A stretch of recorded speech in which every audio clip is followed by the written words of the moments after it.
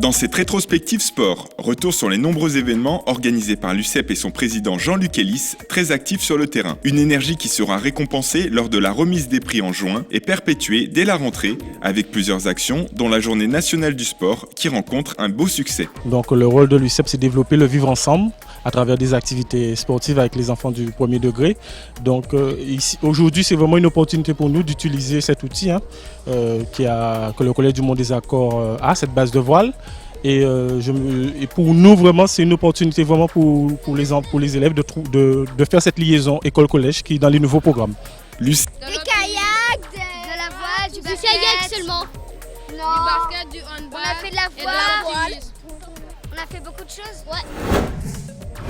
On notera également la visite de Jean-Paul Élissé, un escrimeur d'origine saint-martinoise médaillé d'argent aux Jeux Olympiques de Rio, qui a rendu visite à plusieurs écoles lors de son passage sur l'île. La capacité à transmettre un message qui dépasse le sport. Et c'est ces moments-là où il faut en profiter, où les jeunes sont plus à l'écoute. Et en général, tout le monde est plus à l'écoute pour transmettre un message important. Les valeurs qu'on a à Saint-Martin, les valeurs qu'on a en Guadeloupe, dans la Caraïbe en général. C'était très inspirant. Surtout moi qui suis une sportive, ça me motive à continuer et peut-être de devenir comme lui. La journée des droits de l'enfant, autre événement sportif incontournable de l'île, avec tennis, basket, volley et football dans le stade Telbert-Carty, fraîchement inauguré par la présidente. On a été amenés pour jouer, pour essayer de se faire sélectionner et pour les droits de l'enfant, c'est très important. Ça fait toujours plaisir. Et t'as mis des buts? Non mais oui, non. Vous avez gagné? Oui, non, on a gagné un match. Et j'ai aimé cette journée avec mes amis là. On a gagné 4-2 et j'espère qu'on continuera comme ça. Les sports nautiques étaient également à l'honneur en 2016, avec la Fête de la mer et le Sea Discovery Day, deux des événements phares de l'association Métimer. Donc pour notre Sea Discovery Day, on va essayer d'occuper un maximum nos 130 élèves qu'on a amenés à Tintamarre. On est arrivé ici en catamaran. De Saint-Martin pour venir à Tintamarre. Nous sommes allés dans la plage. On a joué, mangé, exploré. Voilà, on a fait du paddle, on a fait Du kayak. On joue avec les ballons et tout comme ça. On a fait du volleyball.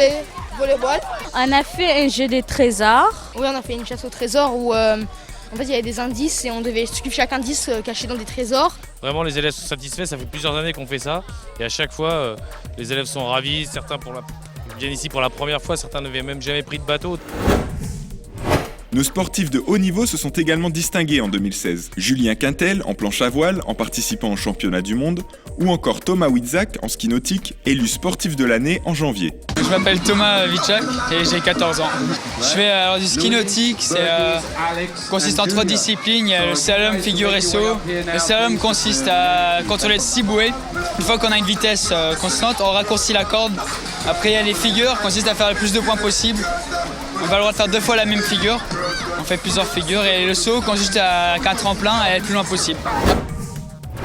On se souviendra que l'ABSM, club de basket, organisa son camp d'entraînement encadré par des coachs professionnels. Un club dont le mot d'ordre est de faire du basket un vecteur de développement et de cohésion sociale. Il faut savoir que l'association des basketteurs de Saint-Martin a pu permettre à plus de 3000 enfants depuis 2011 de faire du basket à travers des camps de basket, à travers l'UNSS, à travers le périscolaire, à travers du basket dans les quartiers. C'est une association, qu'on aime à le dire, qui cherche à s'inscrire dans l'économie sociale et solidaire, c'est-à-dire qui ne cherche pas simplement à dépenser de l'argent, mais aussi à en produire pour créer des projets et faire vivre notre passion en tout cas. Côté sport automobile, la drag race de Grand Case remporta un vif succès, tandis qu'Erwan et Tristan, deux jeunes étudiants de Lille, achetaient leur Renault 4L en vue de participer en 2017 au célèbre rallye automobile, le 4L Trophy. Le 4L Trophy, c'est un rallye raid 100% étudiant pour les 18-28 ans qui part du sud de la France, l'an dernier c'était à Biarritz, et qui va jusqu'au Maroc. Et voilà, ça a une visée aussi humanitaire. Nous devons amener 10 kilos de biens alimentaires ou sanitaires. De toute façon, on va faire des démarches, on va passer faire le tour. Sinon, on fait un appel aux dons, tout ce qui est même matériel, naturel pour les enfants, tout ce qui est fourniture scolaire, fourniture sportive. Voilà, on est preneurs. Point d'orgue de la saison cycliste, le Vélo Club Grand Case et ses jeunes prometteurs Adélio Brooks ou Jason Rousseau participaient au Tour de Guadeloupe avec une très belle 3e place au classement final par équipe.